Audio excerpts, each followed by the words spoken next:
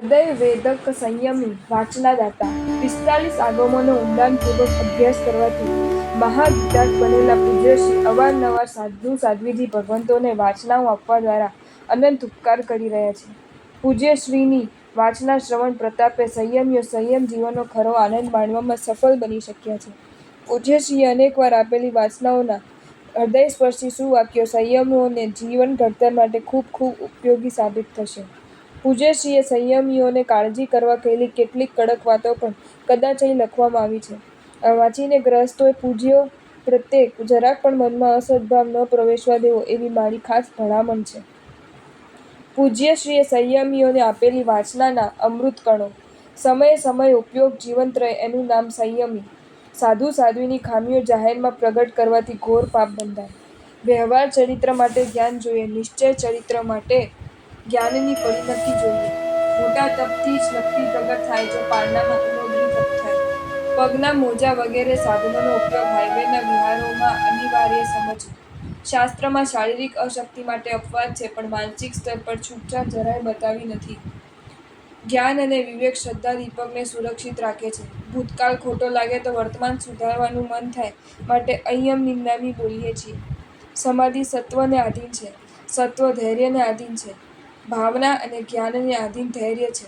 ભાવના રુચિને આધીન છે, ભાવના મુખ્ય છે. યુદ્ધ, હત્યા, બલાત્કાર આદિના સમાચારો વાંચવા, સાંભળવાથી પણ રાગ આદિ પરિણતિ મલિન બનવાની પૂર્ણ સંભાવના છે. બહુ આકર્ષક ઉપકરણના મોહમાં ફસાવું ના જોઈએ. નમ્ર સહનશીલ આત્માઓ દુઃખનો કાયમી અંત કરી શકે છે. શિખામણ કડિયાતા જેવી હોવાથી વિના માંગે કોઈને આપવી નહીં. આત્માની શુદ્ધ પરિણતિનો વિકાસ જ ખરું જ્ઞાન છે. પરિણતિ વિનાનું જ્ઞાન માત્ર જાણકારી છે. મકાનમાંથી પણ બારીની બહાર નજર જવી ન જોઈએ. સમ્યક દર્શન એટલે આદર, સમ્યક ચારિત્ર એટલે કાળજી, યાતના. અત્યંત વિશિષ્ટ કારણ સિવાય સાંજે મંડળીમાં જ પ્રતિક્રમણ કરવાનો આગ્રહ રાખવો. નિયત કાળે નિયત ક્રિયા કરવી તેજીના આજ્ઞાની સમર્પિતતા છે. કાલે કાલમ સમાયરે. ગ્રહસ્થ વંદનાર્થે આવે ત્યારે સામે જોઈને ધર્મલાભ કહેવામાં ઉપેક્ષા ન કરવી. વિના કાળે ગ્રહસ્થના ઘરે સાધુ ઉતરે તો ચોથા વ્રતના ભંગની સંભાવના ઊભી થાય છે. વાંચનમાં આવેલા વિશિષ્ટ શ્લોકો, પદાર્થો, દ્રષ્ટાંતોની ખાસ નોંધ રાખવી. અનુકૂળ વર્તન કરનારે દ્રવ્ય ઉપકારી સમજવો, પ્રતિકૂળ વર્તન કરનારને ભાવ ઉપકારી સમજવો. મોઢું ઉતારેલું, પડેલું, ચડેલું ક્યારેય ન રાખવું. અરીસામાં ક્યારેય ન જોવું.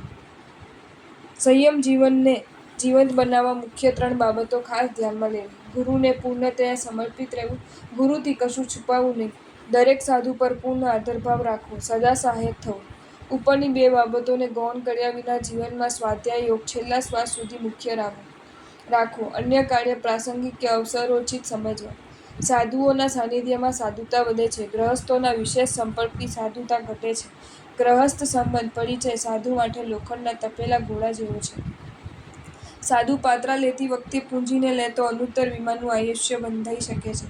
જીનાજ્ઞા વિરુદ્ધ પ્રરૂપણાની પોતાની ભૂલ જાણવા છતાં ન સુધારે તો ઉચ્ચસૂત્ર પ્રરૂપણાનો ભયંકર દોષ લાગે છે. સવારે ઉઠતાની સાથે 7 નવકાર ગણીને અષ્ટપ્રાતિહાર્ય યુક્ત શ્રી સિમંદર સ્વામીને ભાવથી 3 પ્રદક્ષિણા આપવી. 20 વિહારમાં જીના નામ યાદ કરીને વંદના કરવી.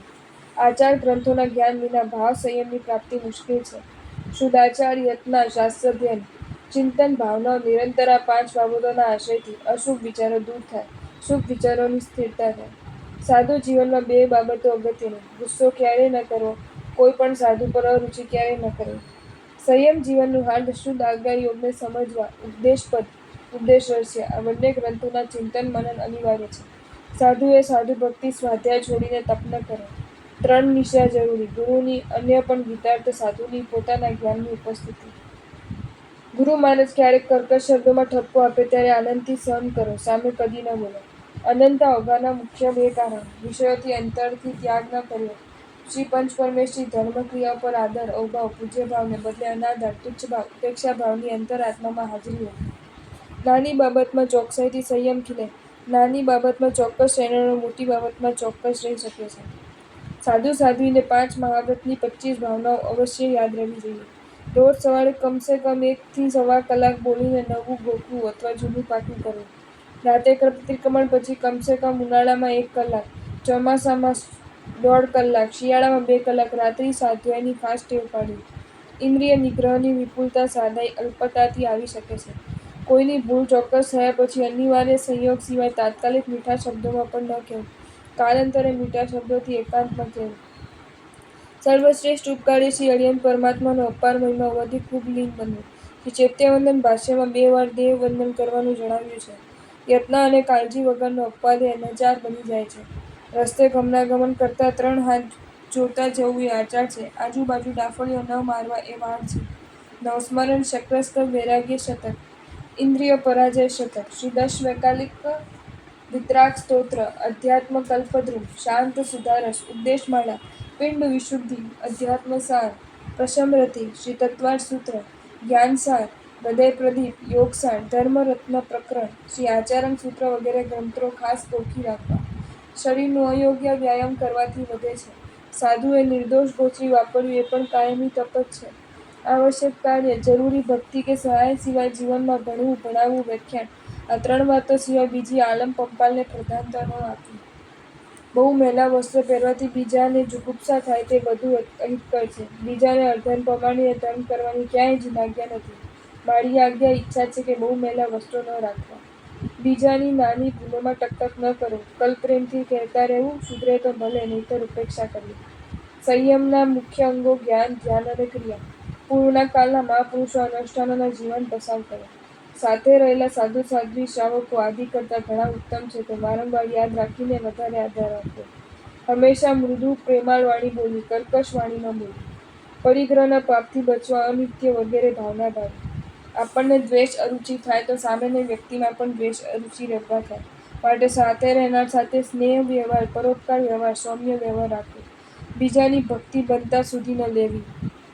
આપણા શિષ્યને વિશેષ સારી લાગણી, ભાવ, પ્રસન્નતા આપવા.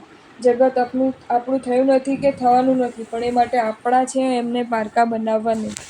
પર્યુષણાની આરાધના એ સંઘનું ઋણ ઉતારવાની અનમોલ તક હોવાથી સંઘની આરાધનામાં અવશ્ય સહાયક રહેવું. જે રોજ પોતાની આલોચના ન લખે એ વિતરાગ અથવા નાસ્તિક. જેને પણ સ્વાધ્યાય કે જાપ સિવાયની બહિર્મુખ પ્રવૃત્તિમાં જ રસ છે તેને ખરેખર સંયમની રુચિ જ નથી. મમતા એ સાધનાને ચૂકવ્યા છે. મમતાવાન આત્માની સમાધિ સ્વસ્થતા ગુમાવે છે. ઈર્ષ્યા ભાવને સદંતર નાબૂદ કરવો. કોઈની પણ વિશિષ્ટ આરાધના પુણ્ય જોઈને અનુમોદના કરવી. દીક્ષાદાતા, જ્ઞાનદાતા, સહાયદાતા, માંદગી વગેરેમાં વહિયાવચ કરનાર ઉપકારીના ઉપકારને કદી ન ભૂલો. શક્ય હોય ત્યાં સુધી એકાસનાની ટેવ પાડવી. ધર્મતત્ત્વની વિચારણા માટે પણ શ્રાવિકા એકલા સાધુ પાસે ન બેસવું. આ બેસવું પણ સ્વપરની અશુભ સંજ્ઞા ઉત્પાદનમાં હેતુ બની શકે છે. બ્રહ્મચર્યની 9 વાડો અશુભ સંજ્ઞાને જીતવાના ઉપાયરૂપ છે. 9 વાડોથી વિપરીત વર્તન આ સંજ્ઞાને પોતે પરવશ થયો છે એની નિશાની છે. સંયમનું સૌથી મહત્વનું ચોથું વ્રત હોવાથી મર્યાદાઓ ચુસ્તપણે પાળવી. સાધુએ નાના બાળક બાળિકાને પણ પોતાની પાસે ઘણી વાર બેસાડવા નહીં. સાધુ સાધ્વીએ વિજાતીયનો પરિચય, વાતચીતો સદંતર અટકાવવા. સૌથી વડીલ સાધુ સાધ્વી સિવાય બીજા સાધુ સાધ્વીએ અરસપરસ કોઈ વ્યવહાર, લેવડ દેવડનો કરવો નહીં. ચોથા વ્રતમાં નિંદારૂપે પણ પૂર્વના પાપો વારંવાર યાદ ન કરવા, કારણ કે નિંદા ક્યારેક ભ્રમણાત્મક બની વાસ્તવમાં તે કાર્યની સ્થિતિ પોષે છે. વિશેષ તીખું ભોજન વ્રતસંપન્ન વાળાએ ન લેવું. હાથ પાક ધોવા, મોઢું ધોવું, વસ્ત્રો વારંવાર ધોવા, સારી વસ્તુઓ વાપરવી વગેરે વિભૂષાના ભાવ સાધુ સાધ્વીને આત્મસ્વભાવમાંથી ખેંચીને પૌદ્ગલિક દ્રષ્ટિમાં તાણી જાય છે. જેમ જેમ આંતરિક વિરાગતામાં મંદતા આવે તેમ તેમ વ્રત પાલનના પરિણામ સત્વ ઘટે. વ્રત પાલન માટે વૈરાગ્ય પ્રધાન કારણ છે. વૈરાગ્ય માટે શબ્દ આદિ 5નું આકર્ષણ ઘટવું જ જોઈએ. સમ્યક્ત્વ અને સંયમ એ સર્વ ગુણોના મૂળ છે. તે આત્માના અનંત ગુણોને પ્રગટાવે છે. જે સંસ્કારો ભૂસવા છે તેની પ્રવૃત્તિ બંધ કરી જ્ઞાન દ્વારા તેનું નુકસાન વિચારી મમતા તોડો. વારંવાર વિરોધી તરીકે યાદ કરો. શાસ્ત્રની જે વાત ખબર ન પડે તે વાત તત્વમ કેવલી ગમ્યમ કરીને છોડી દેવાથી અજ્ઞાનજન્ય વિકૃતિ આવતી નથી.